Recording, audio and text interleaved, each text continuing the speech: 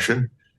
And that government cooperated closely with us with the goal of ultimately building up enormous military power. And that's what has happened between 2014 and 2022.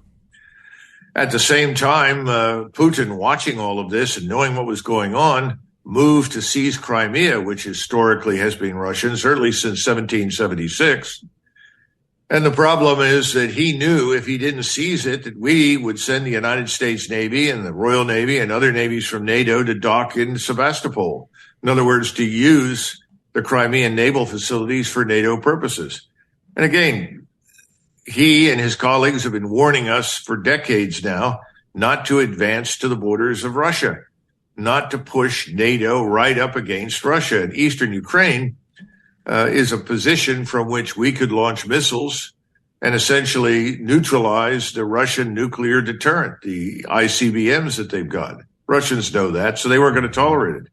So to listen to somebody on the Hill talk about returning Crimea, he has nothing, he doesn't know what he's talking about. And again, the population there was always Russian and Tartar. Well, it was never Ukrainian. And the same thing is true in Eastern Europe, Eastern Ukraine. It's scary to think if they know what they're talking about and they're still saying, I hope ignorance.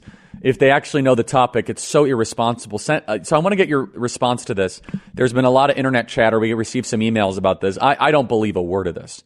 So Jake Tapper reports that $3 billion just had an accounting error.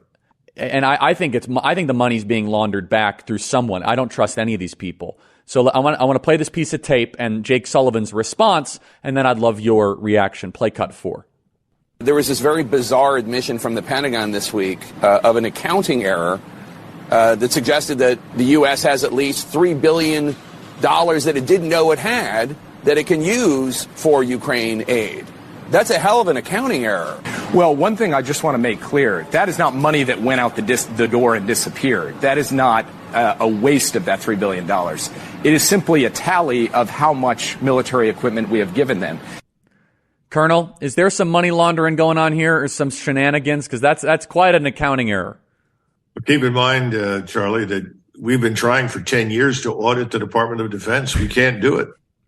I mean, we just can't tell with any precision how much money has gone in, how much